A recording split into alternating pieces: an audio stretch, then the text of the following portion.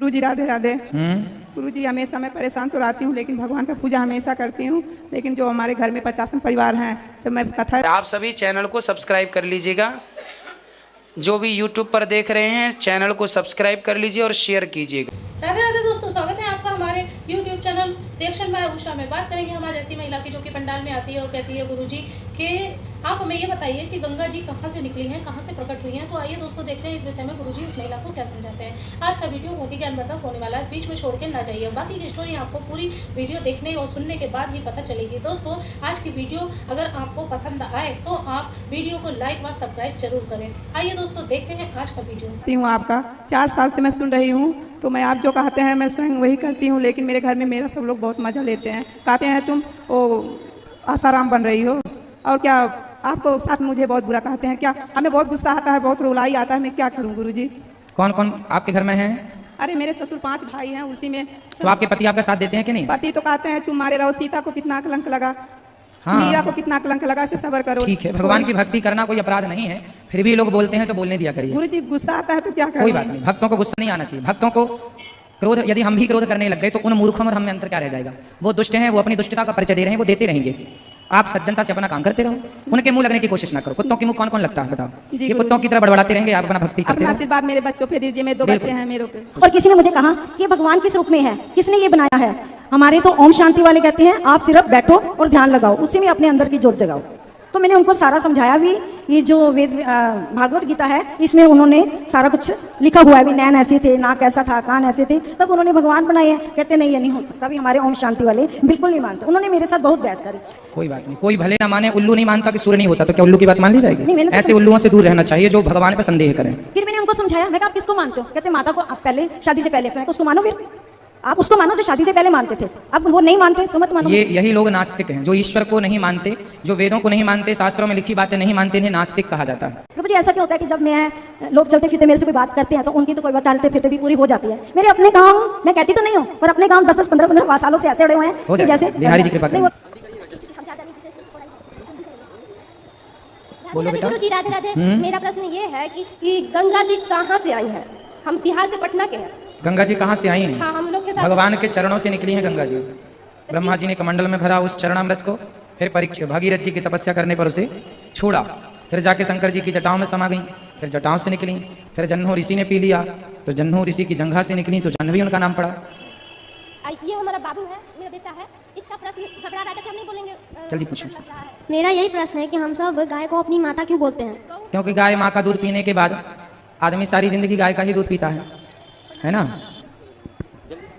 गुरुजी कोटि कोटि नमस्कार जी। गुरुजी मेरे हस्बैंड को मरे हुए 5 साल हो गए और मैं उनके नाम की माला फेरती हूँ, पूजा करती हूँ। तो लोग कहते हैं कि मरे हुए इंसान की पूजा और माला नहीं करते हैं। पति के नाम की माला फेरती हो? उनका नाम गिरधारी लाल था, तो गिरधर गोपाल के नाम से फेरती हूँ। हाँ, तो गिरधर नाम ठीक है, भगवान जी का नाम इसी नाम सब तो भगवान के स्मरण करके फिर। हाँ, भगवान के ओम गिरधर गोपाल। गुरु मंत्र लिया है आपने? हाँ जी। तो जो गुरु जी ने मंत्र दिया वो जपो ना जी। ग्वालियर से आई हूँ गुरुजी, मेरी सेवा। मैं 1 साल से तुमने संकल्प लिया। मैं आई थी हर साल, मैंने निर्णय किया था मैं गुरु को, निर्णय मैंने उसी दिन गुरु बना लिए थे। सिर्फ मेरा मंत्र था, तो मैंने मंत्र अर्थ लिया है। गुरुजी मैं 5 मंदिर जुड़ चुकी, 5 मंदिर। मैं गायत्री मंदिर जाती हूँ, श्रीमद् भागवत की 5 पुस्तकें मैं डेली करती हूँ। डेली नहीं, मंगलवार को, शनिवार को मैं सुंदरकांड करता हूँ पूरा, और श्रीमद् भागवत गीता मैं डेली करती हूँ। और गायत्री 40 तो मौका दिया हो गया, और गायत्री मंदिर में मैं हर इतवार को। कोई प्रश्न कर लो मेरी माँ, सबको थोड़ा थोड़ा मौका दो। नहीं, मैं बता रहा हूँ। बताओ मत, ज्यादा कोई सवाल हो तो पूछो, बता तो आप बाद में भी सकती हैं सारी चीजें। नहीं तो ये बताओ, तो जिसने सुंदरकांड करा गुरुजी हमको हनुमान जी साक्षात दर्शन देते। अच्छा है, साक्षात। और जो भी मूर्ति सबने देखी हुई हनुमान जी साक्षात जंगों पर। खुश रहिए, भगवान आपको सदा दर्शन देते रहे, खुश रहिए। तो मैं ये पूछ रहा हूँ, लोग ये कहते हैं हमसे हनुमान जी तुमको पागल कर दें, तो हनुमान जी पागल क्यों कर दें? हमको तो हमेशा दर्शन देते। रामायण पढ़ो, रामायण लेके हमारे पास आ जाते, स्वयं पढ़ते रामायण। तो मैं पागल हो जाऊँ क्या? ना ना, पागल नहीं है। गुरुजी राधे राधे। मैं अभी भागवत पढ़ती हूँ गुरुजी, 18 अध्याय मैंने पूरे पढ़ लिए। हाँ। तो दोबारा चालू कर करके पूरे कर लिए हैं। हम आपकी भागवत अपने यूट्यूब पे देखते रहते हैं और वही प्रेरणा लेके हम यहाँ तक आए हैं आपसे मिलने। तो मेरा ये प्रश्न है कि मैं बहुत दिन से ये प्रश्न ढूंढ रही हूँ कि जब आदमी शांत होता है, उसका शरीर चला जाता, तो बोलते हैं कि आत्मा जिंदा रहती है, फिर वही आत्मा मतलब दूसरा शरीर धारण कर ले लेती है। तो फिर वो मैं ये जानना चाह रही हूँ कि लोग है ना पितरों के लिए मतलब श्राद्ध करते, तेरह करते हैं, तो जब वो आत्मा जहाँ दूसरे जगह परिवार में जन्म ले लेती है, तो फिर वो आत्मा के लिए फिर क्यों संसार में ये सब कुछ किया जाता, ये जानना चाह रहे हैं।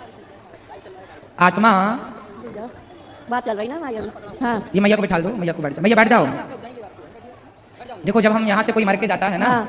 तो सबसे पहले वह यमपुरी जाता है, जी वहाँ उसका हिसाब होता है। जी आपने कितना पुण्य किया है, कितना पाप किया। जी यदि आपने पूरा पुण्य किया है तब तो आपका मोक्ष हो जाएगा। जी यदि आपने पाप किए हैं जी तो आपको नरक दे दिया जाएगा। जी अब जैसे कोई नरक चला गया है जी और उसके बच्चों ने उसके नाम से पितृपक्ष में, श्राद्ध पक्ष में पिंडदान किया, जी, जी। भोज भंडारा किया, जी तो वह उसे नरक में प्राप्त होगा।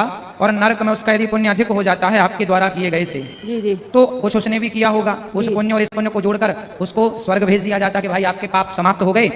पुण्य से ही पाप कटते जी। हैं, जैसे दीपक से, प्रकाश से अंधकार कटता जी। है, उसी तरह पुण्य से पाप नष्ट होते जी। हैं। तो आपको यदि 10 साल तक नरक में रहना पड़ता और आपने पुण्य किया, ज्यादा पुण्य कर दिए तो 5 साल रहना पड़ेगा, और ज्यादा कर दिए तो 9 साल रहना पड़ेगा, अर्थात 9 साल कम हो गए। 1 साल में जो 10 साल भोगना था वह 1 साल में चुक जाएगा, और ज्यादा पुण्य हो गए तो हाथ आपको स्वर्ग की प्राप्ति हो जी। जाएगी। इसलिए उनके नाम से पुण्य करते रहना चाहिए। हाँ। अब ये है कि हम जो नया शरीर पाते हैं जी जी तो वो पाते तो हैं, पर पिछला अपना कर्म भोग कर पाते जी। हैं। डायरेक्ट ऐसा नहीं होता कि हम जन्म यहाँ से मरे और डायरेक्ट दूसरा जन्म हो जी, गया, जी, यही जानना चाह रही थी। ऐसा नहीं होता। हाँ। होता है पर टाइम लगता है। पहले हिसाब किताब होगा, आपका लेखा जोखा देखा सुना जाएगा, है ना। इसके बाद आपका हिसाब किताब पूरा होने के बाद माना कि आप किसी अन्य योनियों में चले गए जी। और आपके बच्चों ने तब भी पिंडदान किया आपके नाम का श्राद्ध, तो आप जिस योनि में है, जैसे आप शेर बन जी। गए, है ना, तो आपको किया गया श्राद्ध पुण्य आपको भूखा नहीं मरने देगा, वो पुण्य आपको, जी, जी। है ना। जिस योनि में है, आप शेर हैं तो मांस बन के मिल जाएगा आपको पुण्य, गाय है तो चारा बन के मिल जाएगा आपको, इंसान बन गए हैं तो आपको सुख शांति समृद्धि के रूप में वह पुण्य मिलेगा। जी, जी, जी। आपके नाम से जो पुण्य करता है वह आपको मिलना ही मिलना है, आप कहीं भी हो, नरक में हो। यदि आपका मोक्ष हो गया जी, है जी।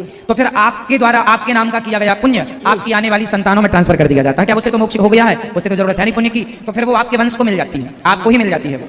धन्यवाद।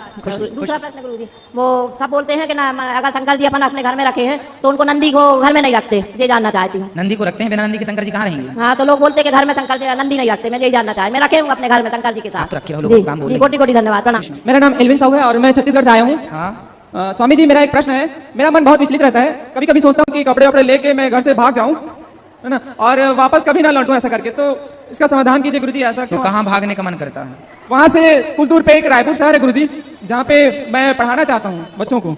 आप पढ़े हैं, कहाँ तक क्या पढ़े हैं। मैं बीएससी पास आउट हूँ और बीएड भी किया हुआ है। फिर ठीक है, हाँ तो आप पढ़ाओ बच्चों को, क्या बुराई है, अच्छा तो है।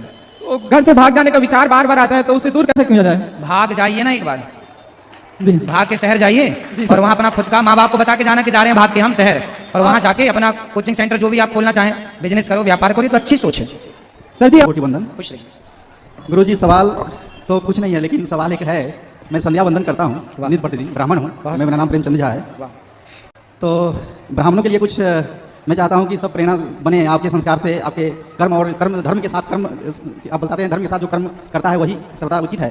तो कर्म धर्म के साथ कर्म जुड़ा हुआ, संस्कार से जुड़ी हुई वो बातें बताएं जो कि पंडितों के लिए, ब्राह्मण के लिए दिनचर्या प्रातःकाल से लेकर सायं तक क्या होना चाहिए। ब्राह्मण के कर्म जितने हैं वो समझने लायक हैं। ब्राह्मण को सुबह जागते ही सबसे पहले अपना नित्य संध्या करना चाहिए स्नान करके।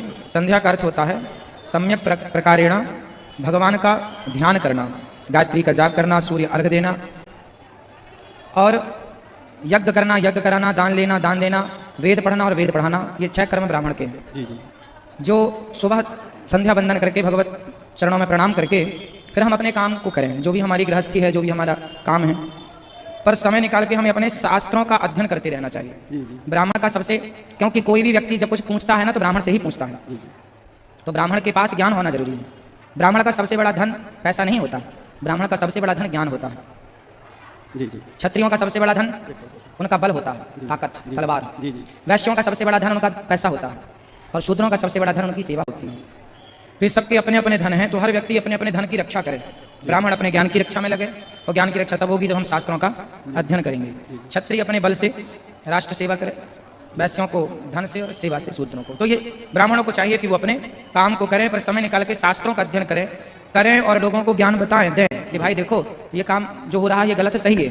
जी जी अपने बच्चों को संस्कार दें, औरों को भी। आप स्वयं संस्कारवान होंगे, निश्चित आपसे प्रेरणा लोग लेंगे। खुश जी जी एक सवाल और है गुरुजी, जो हम संध्या वंदन करते हैं तो 24 मुद्राएं जब से पहले, हाँ। जब के बाद जो 8 मुद्राएं होती हैं वो थोड़ा बता देंगे तो मैं सेव कर लूँगा मैं उसी हिसाब से। अभी बता देंगे हम आपको। नित्य कर्म पद्धति है आपके पास? जी, जी, जी। हाँ, तो नित्य कर्म पद्धति में अभी बैठ के आपको मैं एक एक मुद्रा समझा दूंगा। हाँ। सुमुखम क्या होता है, समुखम क्या होता है, जी। विस्तृतम विस्तृतम, है ना। तो ये सारी जो मुद्राएं हैं वो पूरा आपको मैं अभी और नित्य कर्म आप देखते रहिएगा, मैं आपको बताऊंगा तो आपको याद कर लेना है सब जी चीज़ें। जी जी। स्नान करके और तेल कब कब लगाना चाहिए, कौन कौन से दिन? कहते हैं तेल लगाने के बाद ही स्नान करना चाहिए। जी, जी। जैसे जिन तेलों में, जैसे सरसों का तेल है, आप स्नान करें, स्नान करें पहले, फिर तेल लगा लें, फिर तेल लगा के फिर स्नान कर लें। आप अपने नहाने के जगह पर ही तेल को रखें। कौन कौन से दिन लगानी है? कुछ दिन छोड़ के, जो होता है कि आप जैसे लोग कहते हैं कि इस दिन तेल नहीं लगाना चाहिए, इस दिन लगाना चाहिए, वो हमें कर लेना चाहिए। पर वो तेल जो सुगंधित तेल होता है उनके लिए दोष नहीं है। जो सुगंधित तेल होते हैं उनके लिए दोष नहीं होता। जैसे नित्यक्रम पद्धति में लिखा हुआ है, नित्यक्रम पूजा प्रकाश में सोमवार और बुधवार और शनिवार लिखा हुआ है गुरुजी। ठीक है, और मंगलवार को तो विशेष रूप से बहुत बड़ा भयंकर लिखा हुआ है परिणाम। मंगलवार को तेल लगा के जो चलता है वो मृत्यु के इसलिए तो कहा जाता है तेल लगा के स्नान करने का दोष नहीं जी, है। जी। तेल लगाएं स्नान, इसलिए हमने आपको पहले ही समझा दिया हाँ। कि तेल लगाकर स्नान कर लेना जी चाहिए, जी जी ठीक। तो वो दोष निवृत्त हो जाता है।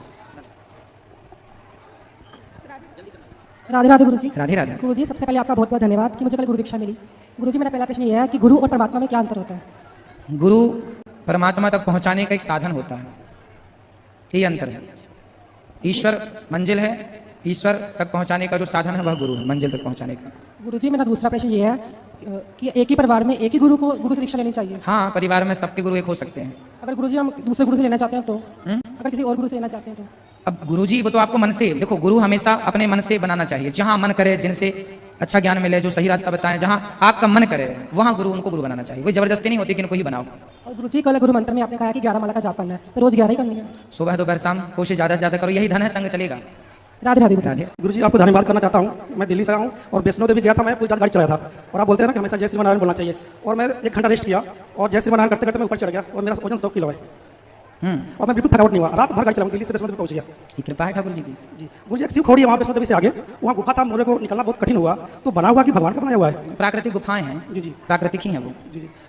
तो देखा दोस्तों, आज का वीडियो आपने पूरा देखा और सुना। जैसे कि उस महिला ने पूछा कि गुरुजी जो है गंगा जी कहाँ से निकली और प्रकट हुई है, इस पर गुरुजी ने यही समझाया कि सबसे पहले वो भगवान के चरणों से गंगा जी प्रकट हुई। जैसे कि ब्रह्मा जी ने पहले जो है अपने कमंडल में उन्हें रखा और इसके बाद जो है भगवान को राजा भगीरथ ने बहुत ज़्यादा तपस्या करने के बाद ब्रह्मा जी ने अपने कमंडल से गंगा जी को छोड़ा, जो कि भोलेनाथ ने इसके बाद अपनी जटाओं में समा लिया। और इसके बाद फिर जो है भोलेनाथ ने जब छोड़ा तो वो धरती पर प्रकट हुई, जो कि जब भोलेनाथ ने अपनी जटाओं से गंगा जी को पृथ्वी पर छोड़ा, जो कि पापी लोग नहाते धोते हैं, उनके दुष्कर्म जो पाप होते हैं वो नष्ट होते हैं। तो दोस्तों, आज की वीडियो से आपको जो ज्ञान प्राप्त हुआ हो आप हमें कमेंट बॉक्स में कमेंट करके बता सकते हैं। और हाँ, अगर अभी तक आपने हमारे चैनल को सब्सक्राइब नहीं किया है तो आप हमारे चैनल को लाइक और सब्सक्राइब कर लें, हमारी वीडियो को ज़्यादा से ज़्यादा शेयर करें।